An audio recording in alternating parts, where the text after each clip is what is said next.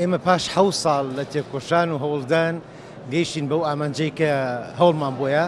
ئامانجەکەش ئەوە بوو کە ئەم کارگەی جگەرە بۆ کارگەیەکی استراتیژی، پرۆژێکی استراتیژی لە کارگەی جگەرەوە بکرێ بە کارگەی کولتور. بۆ ئەم کارگەیە یعنی شتێکی تایبەتیە ئەبێ بمێنێتەوە، بێ پارێزرێ.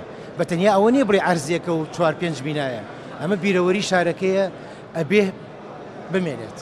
ئیتر لەمڕۆ ئێمە دەست پێکەین چونکە لەمڕۆ ئەمە ڕاگەیاندنی ئەو پرۆژەیە، ماستەرپلانەکەی بۆ ئاماداکەین و هەوڵین کاری تا بکەین بە پێی توانای بودجە و پیاکردی بودجە و هەموو کایەکانی کولتور لە خۆی ئەگرێتەوە. ئێمە لەگەڵ حکوومەتی هەرێمی کوردستانە ڕێکەوتوین کە ئەم کارگەیە خۆژێنە پێش هەموو شتێک، واتە داهاتەکانی کە تر هەچی بکەین لێرە بۆ ناو خۆیە بێت بۆ بەکارهێنانی ناو خۆی.